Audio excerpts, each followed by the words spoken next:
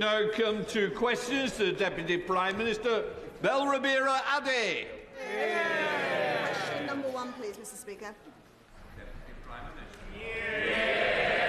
Thank you, Mr. Speaker. I've been asked to reply. My right honourable friend, the Prime Minister, has attended the G20 summit, strengthening the UK's ties with major economies to drive jobs and security at home. And, Mr. Speaker, this week marks 1,000 days of Putin's barbaric war in Ukraine. We will stand with Ukraine for as long as it takes. And, Mr. Speaker, this week also marks Equal Pay Day. I am extremely proud that this government has introduced the Employment Rights Bill, strengthening the rights of working women and making work pay. And, Mr. Speaker, this morning I will have meetings with ministerial colleagues and others. In addition to my duties in the House, I shall have further such meetings later today. Thank you, Mr. Speaker. I recently met with members of the British Association for Biological Anthropology and Osteoarchaeology, who highlighted a loophole in the Human Tissues Act which allows human remains to be auctioned, frequently disguised as modified items or replicas. This has included a fetal skeleton posed under a glass dome, a human thigh bone turned into a cane, a human jawbone necklace, and the varnished skull of a 6-year-old, often from indigenous communities in Africa and Asia stolen during colonial expeditions. Does the Deputy Prime Minister agree that it is an abhorrent for human remains, regardless of their origin or age, to be sold by auction houses and on social media sites like Instagram, Facebook, eBay, Etsy and Gumtree? And will the government take action to end this depraved practice? Well, I thank my honourable friend for raising this sensitive issue, and it's absolutely horrifying to hear the account of what my honourable friend mentions.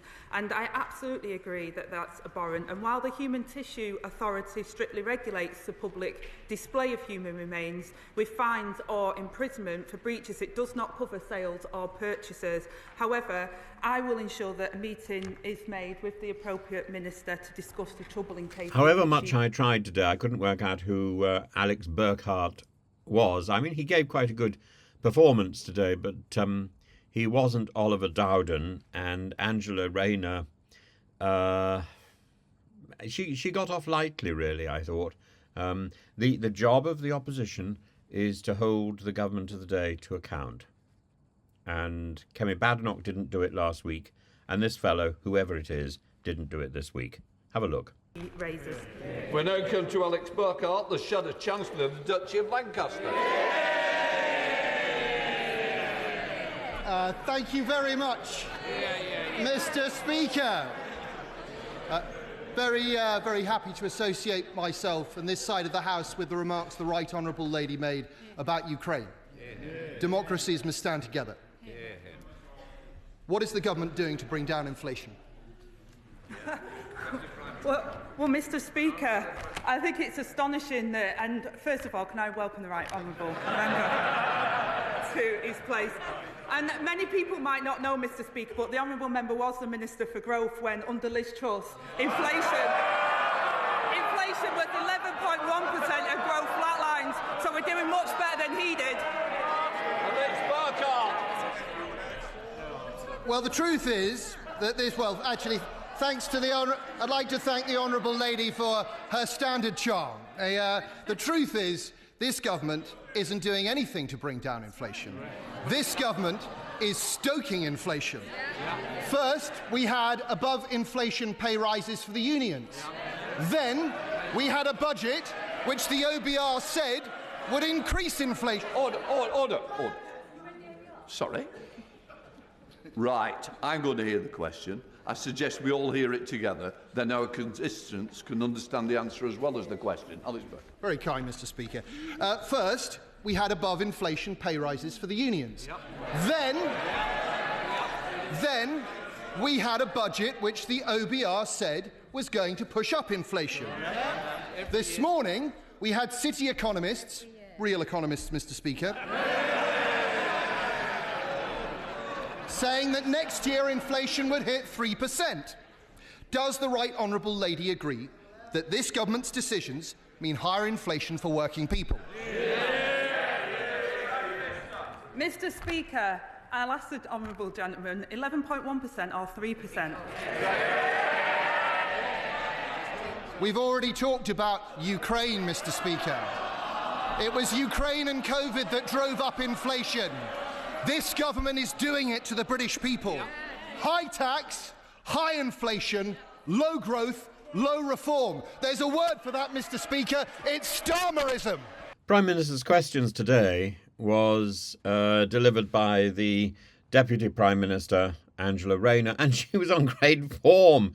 It started with questions about inflation, and today inflation has reasserted itself as a persistent thorn in the side of the UK economy, and figures released today by the Office for National Statistics reveal that the Consumer Price Index has jumped to 2.3 in October, up from 1.7 in September, its sharpest monthly increase in 2 years.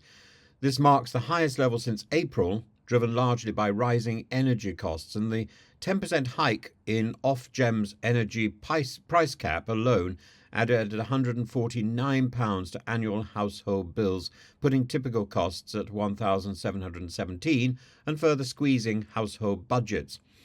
The rise in inflation was addressed during PMQs, where Angela Rayner sparred with the Shadow Chancellor of the Duchy of Lancaster, I think, over Labour's fiscal policies. Inflation, she argued, was a reflection of broader structural challenges, not merely an economic number, but a measure of public struggle. The drivers behind the rise include energy costs, although prices remain below their 2023 Liz Truss peaks. They're significantly elevated compared to pre-pandemic levels, exacerbating financial pressures as winter looms. Core inflation, the core CPI, rose slightly to 3.3%, defying expectations of a reduction. Services inflation also ticked up to 5%, reflecting stubborn price pressures in sectors like air travel and hospitality. Offsetting factors, not all sectors contributed to inflation. There were falls in transport costs, such as lower motor fuel prices and reduced ticket prices for theatre, unless you go to see the Panto at the London Palladium, which I hugely recommend, and live music offered some relief, tempering what could have been an even sharper rise. The resurgence in inflation complicates the Bank of England's roadmap for interest rates, the Bank of England signalled that further reductions might be deferred until at least February 2025, having cut the rates twice this year to 4.7%, and persistently high inflation compounded by wage pressures and global trade tensions may keep rates elevated longer than anticipated. As the National Institute for Economic and Social Research warns, the CPI could exceed 3% in 2025, delaying economic normalization. Inflation is not merely an abstract concept. It has very real consequences for households and businesses across the country. And over the past 3 years, UK consumer prices have risen 22.8%, outpacing major economies like Germany and France. And this cumulative pressure has left Britons grappling with stagnant wages, higher borrowing costs, and diminished purchasing power. Politically, Labour's fiscal policies have drawn criticism for potentially exacerbating inflation, and critics argue that tax hikes, such as the proposed agricultural inheritance tax, the tractor tax, and VAT adjustments, such as the VAT on private education, could increase costs across sectors, eroding customer confidence and further straining disposable income. Yet the government counters that these measures are essential for fiscal sustainability, and Treasury officials point to targeted relief, such as raising the national minimum wage and freezing fuel duties, as evidence of their commitment to shielding vulnerable households. The impact of inflation stretches beyond statistics, though. Rising costs disproportionately affect lower-income households, who spend a larger share of their income on essentials like energy and food. With 50,000 more pensioners expected to fall into poverty next year because of cuts to the winter fuel allowance, the government faces mounting pressure to do more, and to do it fast. Businesses too are under strain. Restaurateurs, for example, report struggling to absorb rising costs while maintaining customer footfall. As one owner lamented, costs are going up left, right and centre, and there's a limit to what we can do. The inflationary challenges facing the UK underscore the precarious balance between monetary policy, fiscal responsibility and social equity. Rising costs, stagnant growth and political tensions converge to test the resilience of households and businesses alike. And the road ahead will require careful navigation both to stabilise prices and to ensure that the human cost of economic turbulence doesn't deepen further. Inflation may not rise as much as one might fear, but it will rise. And the repercussions of a rise in inflation may linger long after the headlines fade or fall. Yesterday, like many honourable members on this side of the House, I spoke to farmers from across the United Kingdom. Some of them families who farmed their land for centuries, elderly men in tears, children worried about their parents, all of them worried that their way of life is about to be destroyed. What would the Right Honourable Lady like to say to them? Well, first of all, Mr. Speaker, we are absolutely committed to our British farmers, and that's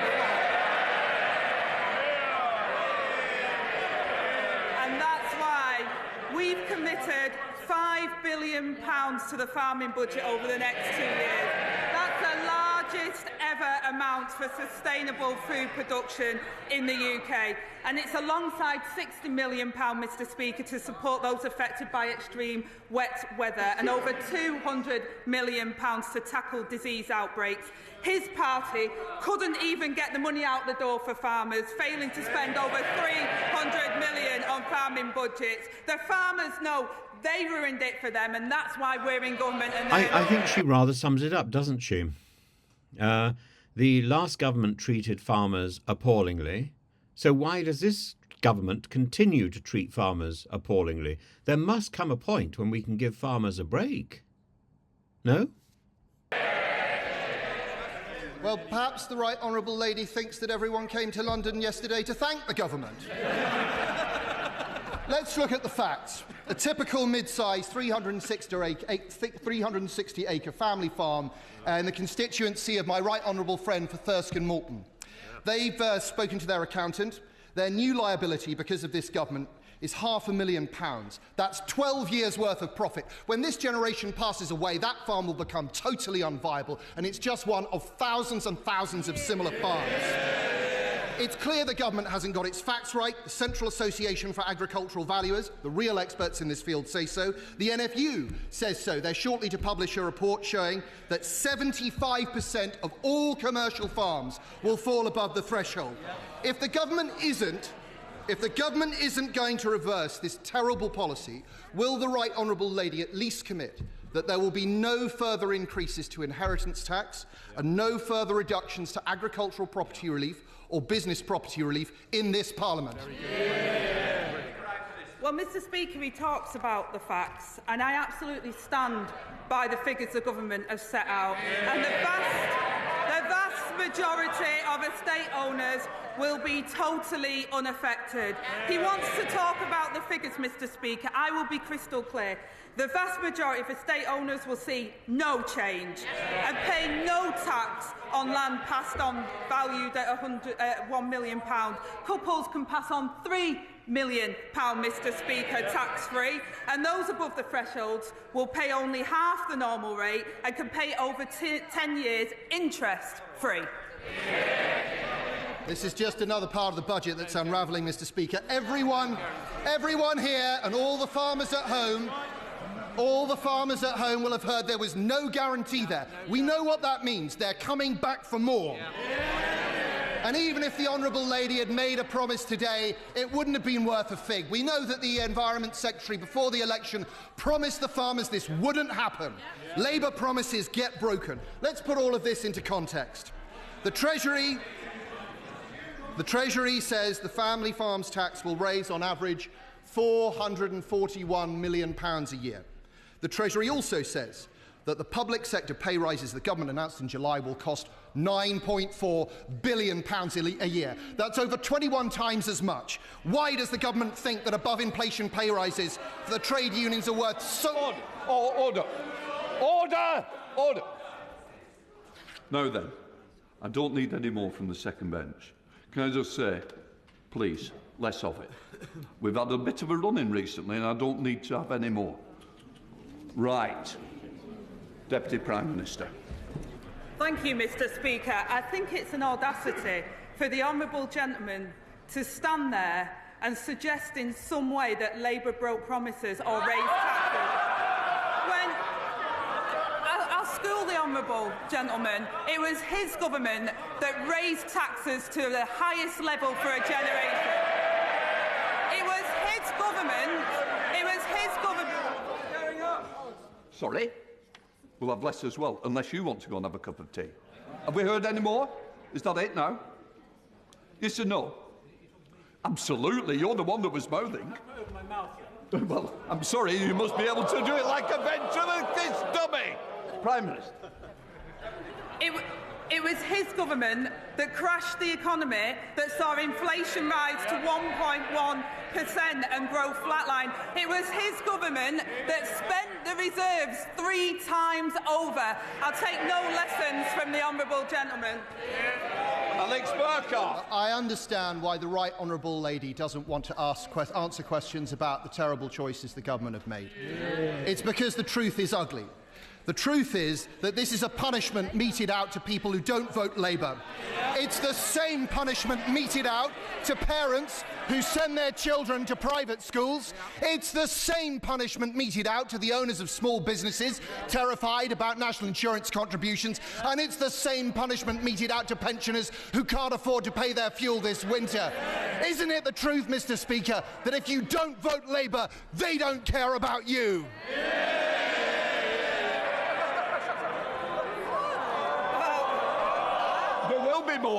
There will be more, and it won't be what you want more of. Deputy Prime Minister. Well, Mr. Speaker, after that display, he clearly didn't recognise the result of the general election. And has learnt nothing. While this government has been fixing the mess that they left, the Conservatives have been desperately trying to rewrite history. They come here every week, jumping on a new bandwagon, taking a new pot shot, but absolutely no word on what they'll do differently. Last week, the Leader of the Opposition admitted she supported Labour's plans to invest in NHS, schools and homes. But what they want is all the benefits of the budget, Mr. Speaker, but have no idea how they'll pay for it. Mr. Speaker, the faces may change, but it's the same old Tory party. Straight back to putting everything on their credit card, spending their reserves 3 times over. We took the difficult decisions to fix the £22 billion black hole that they left behind, and while they're reinventing the past, we're investing in the future. Andy MacDonald. MacDonald. Thank you, Mr. Speaker. In a new report, Human Rights Watch have set out irrefutably how Israeli authorities are committing the war crimes of forcible transfer in Gaza, which amounts to crimes against humanity. Israel's evacuation system fails to ensure civilian safety. Civilians are not provided with access to health, nutrition and shelter, compounded by the banning of UNRWA, with much of Gaza now uninhabitable. Will the government acknowledge that Israel has carried out mass forced displacement in Gaza, and will it take concrete measures on arms trade and Israeli officials in order to comply with its duty to prevent genocide and protect Palestinian lives? Thank you, Mr. Speaker. The situation in the Middle East is catastrophic, and I know the whole House is horrified at the terrible loss of civilian life. We are calling at every opportunity for an immediate ceasefire with the release of the hostages and more aid into Gaza. But we do urge Israel to ensure that UNRWA can continue its life-saving work, something the Foreign Secretary has discussed directly with the Israeli Foreign Minister. And we've imposed sanctions in response to appalling incidents of settler violence and suspended export licences for arms following a review that found a clear risk that they may be used to commit or facilitate violations of international law. And we will continue to seek to a two-state solution with a secure Israel, Mr. Speaker, alongside a viable and sovereign Palestine. Comes to Daisy Cooper, the Deputy Leader of the Liberal Democrats. Thank you. Thank you, Mr. Speaker. May I associate myself and the Liberal Democrats with the Deputy Prime Minister's remarks on Ukraine. Ahead of the budget, I warned the Deputy Prime Minister that increasing national insurance contributions on social care providers would make the crisis in social care worse. Now, OBR figures suggest that the increase in NICs will cost more to social care providers than the money that the government has announced for that sector in the budget, meaning that that measure alone could withdraw £200 million out of the sector. Will the Deputy Prime Minister speak with the Chancellor to make sure that, at the very least, health and care providers are protected from taking the hit? Well, I thank the honourable member for that question, and the Chancellor is sat near me, and I know that through those discussions that we had, that we wanted to ensure that we protected social care. That's why we confirmed £600 million of new grant funding for social care next year, Mr. Speaker, an uplift to local government spending and an £86 million increase to the Disabled Facilities Grant. Our Employment Rights Bill will help deliver the first ever fair pay agreement for social care sector as well, and we'll also make sure that the NHS is funded to help with the social care situation as well. Thank you, Mr. Speaker. It's clear that social care providers will be worse off, so I do urge the Deputy Prime Minister and the Chancellor to look again at that. Somebody else who was very worried about the budget is Cathy. Cathy is a farmer in my constituency of St Albans, and she told me yesterday that she thinks the government changes simply do not make sense. The changes mean that her family may have to pay a bill which will force them to sell land, which makes food production unviable. At the same time, the government has not closed the land buying tax loophole that can be exploited by equity firms and the super wealthy. Farmers told me yesterday that they feel like they were betrayed by the Conservatives, and they now feel they were betrayed by the Conservatives.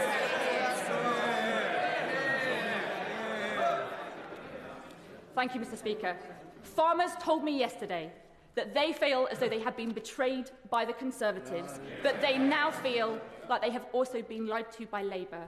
Will the Deputy Prime Minister think again on this measure so that our farmers can feed Britain?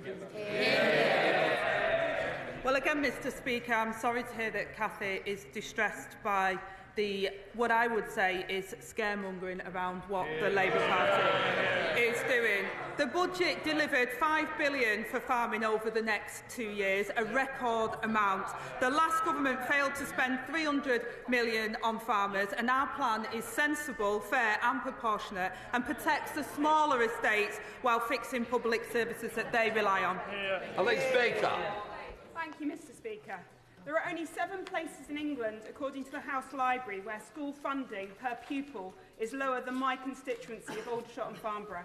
Does the Deputy Prime Minister agree with me that something has gone badly wrong when teachers are being forced to pay out of their own pocket for basic school supplies, and so many others have left the profession in droves over the past 14 years? Will ministers work with me to tackle the root of this problem so that we can give every young person in my constituency and beyond the very best start in life? Thank you, Mr. Speaker. And every child deserves the opportunity to succeed in school and beyond. And I'm sorry to hear of the experience in her constituency. Last week I visited Raisingfield Primary School in my constituency, whose school council had a lot to say about the resources to our schools, and we have increased the core schools budget by £2.3 billion next year, increasing per pupil funding in real terms. And as her constituency, home of the British Army, I know she will also welcome the expansion of childcare support to service families deployed overseas, saving families around £3,400 a year. And I'm happy to ensure she gets a meeting with the relevant minister. Anderson.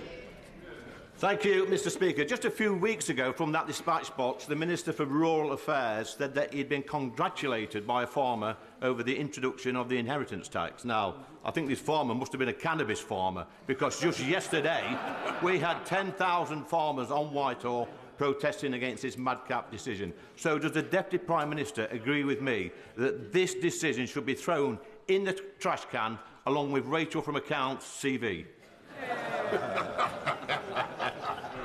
Well, Mr Speaker, he talks about CVs. It's good to see the honourable member doing well on his bench, once a Labour councillor, then a Tory MP, and now a Reform Chief Whip. Every time he switches party, he gets a promotion. Mr Speaker, I've already outlined what we've done to support our farmers, and we'll continue to support the farmers, and we'll continue to invest in our public services to get Britain back on track. Graham Stringer. My right honourable friend has come under intense scrutiny from the press at different times. She must have found it very difficult. A press free to scrutinise politicians is absolutely vital in a free society and a democracy. Is she as concerned as I am about the Stasi-like interview that was given to Alison Pearson, the Daily Telegraph journalist, a week last Sunday? And does she agree with me that the Essex Police Force and other police forces would be better trying to deal with shoplifting, burglaries and other crimes rather than intimidating journalists? I thank my honourable friend for that question. And also, it is incredibly important around free speech and our press. It's part of our democracy. But it's also in direct response to his question. Of course, police are independent and it's a live investigation, and therefore it wouldn't be appropriate for me to comment on that. But I do believe that we should have a free press. It's part of our democracy, and we should have free speech. But with that comes responsibility of those that do it. So keep that. Thank you, Mr Speaker. Yesterday I met with three constituents in Parliament, Duncan Hawley, his wife Nicola and his 10-year-old daughter Hattie. Duncan is a sheep farmer and he's stewarded his family farm for most of his life. He's outraged and hurt and worried about the government's deeply damaging family farm tax. And he's deeply worried about food security, food inflation and whether we'll even be able to pass that farm on to future generations. So my question to the Deputy Prime Minister is very simple. Why has this Labour government declared war on British farmers? Well, I say to the honourable member and to Duncan and Nicola that this government hasn't declared war on farmers. The vast majority of farms will not pay any inheritance tax, and we have protected them. We have been as generous as we can, and the farmers rely on our public services like everybody else. We inherited a £22 billion black hole from the Conservatives, who spent reserves 3 times over. We are investing in our schools, our hospitals, our public services and housing. And if the honourable gentleman wants to suggest what he would do differently, if he doesn't agree with that, like the Leader of the Opposition, then he should say so. Dr. Samuel. Mr Speaker, the previous government failed countless women through chronic underfunding of maternity services. At Stroud Maternity Hospital, postnatal beds have remained closed for over 2 years. Local midwife-led units like Stroud deliver fantastic quality of care for women whilst having really low intervention rates during birth. Can the Deputy Prime Minister outline what steps this government will take to improve maternity services? Well, I thank my honourable friend for that question. I'm sorry to hear about the situation in Shroud, and I thank him for raising this important issue for women in his constituency. The Darcy report clearly set out that under the previous government, the NHS was broken, with patients waiting too long for care. We're committed to ensuring that all women and babies receive safe, compassionate and personalised care through pregnancy, birth and critically following those months ahead. We will ensure maternity services deliver the best outcomes for patients as we invest to build an NHS fit for the future. Savile Roberts. Diolch yn fawr iawn, Lefarydd. Now, I know how much professional care work means to the Deputy Prime Minister. Cariad care homes in Porthmadog tell me they won't be able to absorb the additional exorbitant costs imposed by her government's budget. They tell me they believe this poses a threat worse than COVID to their business. Wow. Will she personally intervene, therefore, so that her government at least makes care providers exempt from the rise in employers' national insurance contributions? Well, she's absolutely right to say that I absolutely value the work of care providers and carers across the whole of the UK, and that's why we've put additional funding in through the budget as well. And we've also been making sure that care providers and those that work in the charities, including hospices, amongst the tax regime provides the most generous amongst in the world, Mr. Speaker. This includes tax release for charities and their donors worth over £6 billion for the tax year of April 2024. We put record funding into our NHS. We've increased funding into adult social care and children's social care, and will continue to support our public services that were left on the knees by the last government. Fred Thomas. Thank you, Mr. Speaker. 2 weeks ago today, the Chancellor announced a historic £22.6 billion investment into the NHS because it is our duty to rescue this country's health service after 14 years, sadly, of mismanagement, underinvestment and, unfortunately, also misleading announcements from the party opposite. In Plymouth, Derriford Hospital, where I represent, serves not just my constituency, but 19 constituencies across the South West. It is the only major trauma centre for adults in the South West. However, we have really suffered from those decisions from the Conservatives. Can the Deputy Prime Minister outline how that historic investment is going to make its way to Plymouth? Well, I thank my honourable friend for being such a champion for Plymouth, and as he knows, we're providing £25 billion extra over the next 2 years from the Department for Health and Social Care, including the largest capital budget in real terms since 2010, and we'll make sure that every corner of the UK can see the generosity and how that will improve services for them. And I'll make sure he gets a meeting with the relevant minister to discuss in detail how Plymouth will be able to capitalise off that. Thank you, Mr. Speaker. The town of Cheshunt in my constituency of Broxbourne has no banks or building societies. We've been told we're not eligible for a banking hub. We've been told we're not eligible for a banking hub. Does the Deputy Prime Minister agree with me that every town that wants a banking hub should be eligible for one so that my residents can have access to their hard-earned cash? Well, Mr. Speaker, we've committed to 350 banking hubs through this Parliament, and I'm sure the Minister will be happy to meet with him on that point. But I'm also hopeful that he also will be thankful of the Levelling Up Fund Round 2 money that we secured, with £14.3 million going to Waltham Cross Resistance Project, regenerating the town centre for his constituents. Jonathan Hinder.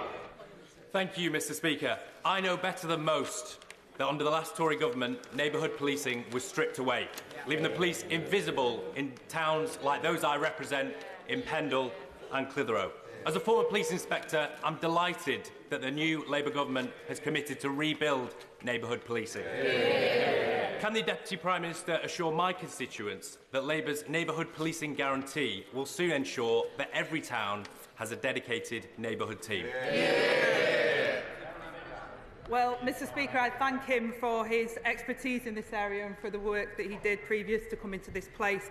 Tory austerity has decimated neighbourhood policing, and we'll put thousands more neighbourhood police and PCSOs back on our streets to ensure every community has a named local officer, and we'll tackle illegal drugs, half-night crime, crack down on antisocial behaviour and go after the gangs who lure young people into violence. Dr Andrew Burris. Thank you, Mr Speaker. The Scottish and Welsh governments have banned the construction of new waste incinerators because of health and pollution concerns. The last government paused them and committed to banning them. Why then is this government busy approving them? Well, Mr Speaker, planning, as the honourable gentleman knows, we always follow the strict rules in regards to that, making sure that safety and other factors are always taken into consideration, and will continue to do so. Yuan Yang. Thank you, Mr Speaker. Thousands of families in my constituency of Early and Woodley have moved into new build developments in Shinfield, in Loddon Park and beyond. But many have found their dreams of home ownership punctured by unfair and opaque property management charges. Can the Deputy Prime Minister reassure my constituents by setting out how the Leasehold Reform Bill will address these concerns? And would she like to meet with me and affected constituents? Well, I welcome my honourable friend to her place. Unjustified increases in service charges are completely unacceptable, Mr Speaker. The Leasehold and Freehold Reform Act will provide homeowners with greater rights, powers and protections over their homes, and that includes greater transparency over service charges. For too long, leaseholders have been ripped off. It's this government that will sort it out. Fan of the House, Sir Edward Lee.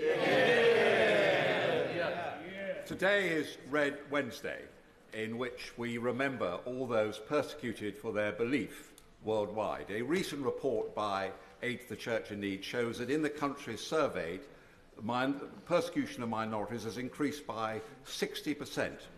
In the light of this, will the government commit to reappointing the Prime Minister's Special Envoy for Freedom of Religion and Belief, a post that has remained vacant since July, and do that as soon as possible, hopefully by Christmas, so that we in the United Kingdom can play our part in defending religious and belief minorities worldwide?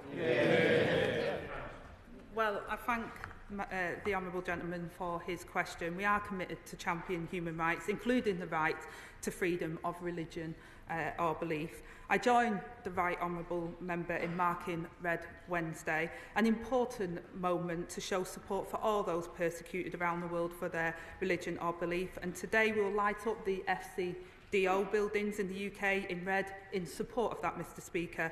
Envoy roles are under consideration, will be decided upon in due course. Lee Burrow. Thank you, Mr Speaker. Harshita Brella was killed and found in the boot of her car as it was taken from her home in Corby on the 14th of November. This tragic murder left the community shocked and scared and is being investigated by the police. Harshita was protected by a domestic violence order that lasted 28 days. It was not renewed. Would the Deputy Prime Minister agree that all must be done to reassure the community and to bring the perpetrator to justice? And would she further agree that in some circumstances, domestic abuse orders should last longer than 28 days when the victims are most vulnerable? I thank my honourable friend for raising this case, Mr Speaker. Hajita's family, my thoughts are with her family in this horrifying set of circumstances where Hajita should have been protected and felt protected. This government is committed to halving violence against women and girls, Mr Speaker, and we continue to do our work, hopefully across this House, to make sure that we can end circumstances where Hajita faced and we can stop this kind of barbaric action. Lincoln Chat. Thank you, Mr Speaker. The Spelthorne Litter Pickers are an outstanding organisation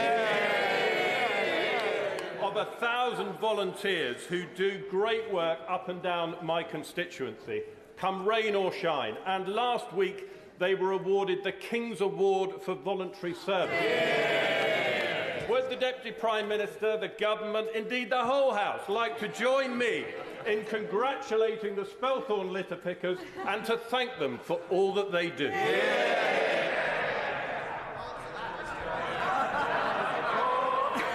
Mr. Speaker, what can I say? I absolutely agree with the honourable may I say my honourable friend in terms of the Spelthorne litter pickers, and say what an important role across all of our constituencies where local communities come together and volunteers help, in particular young people as well do a lot of this in our constituencies, Mr. Speaker. So I think across the whole House we congratulate them on their award and those that do the voluntary work and support our community. Barker.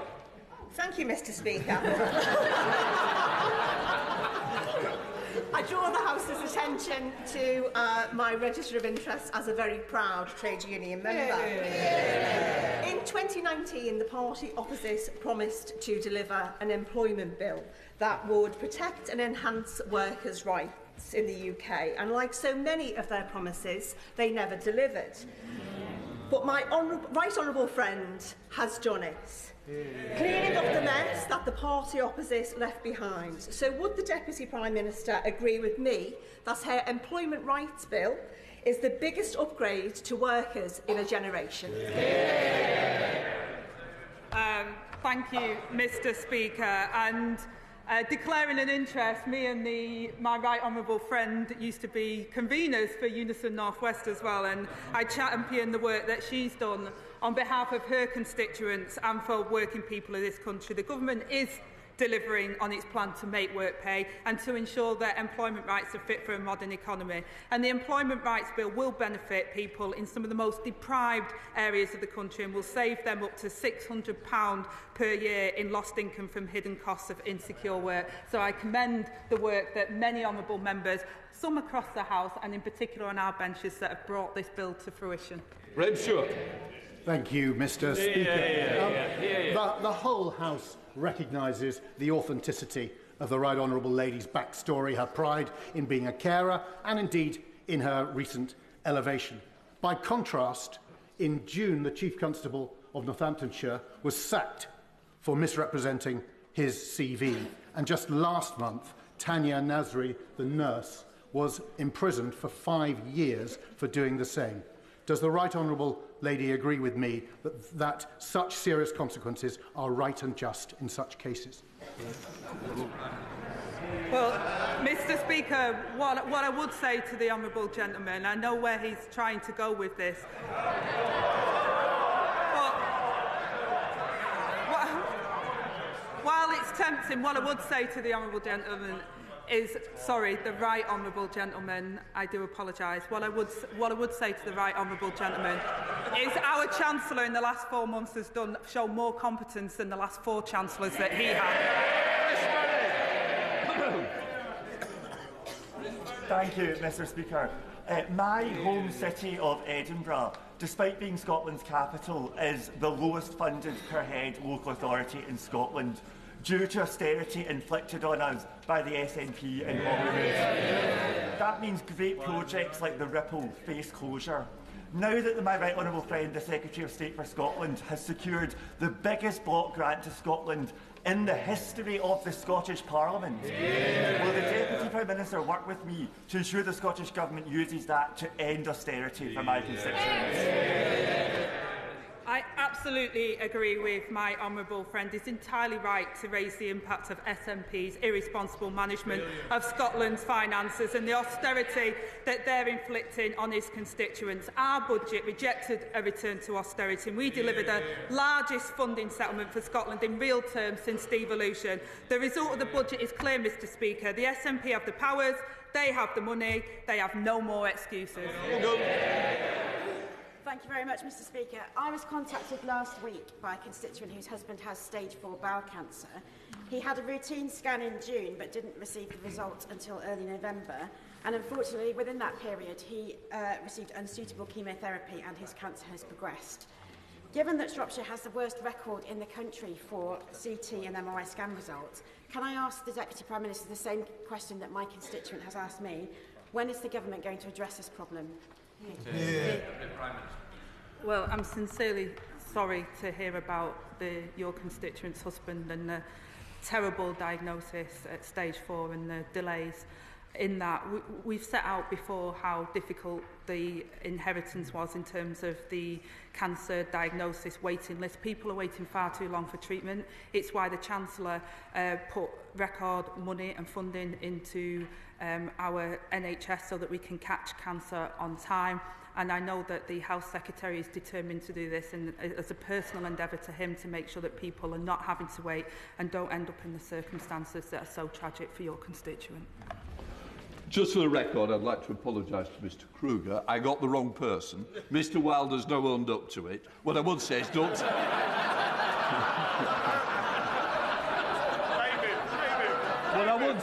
What I would say to the honourable member is, don't sit next to him again. Right, that completes Prime Minister's question.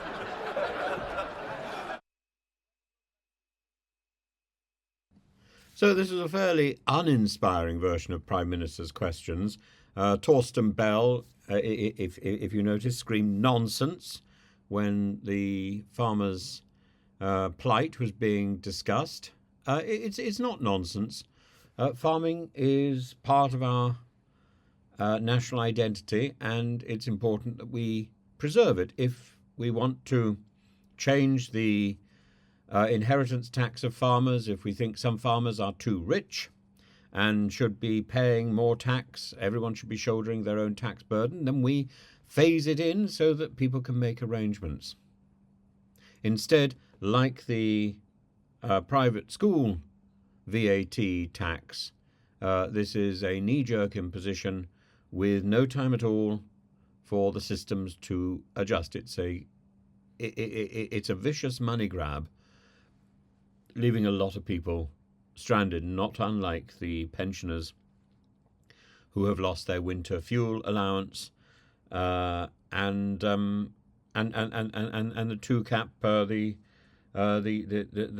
child cap.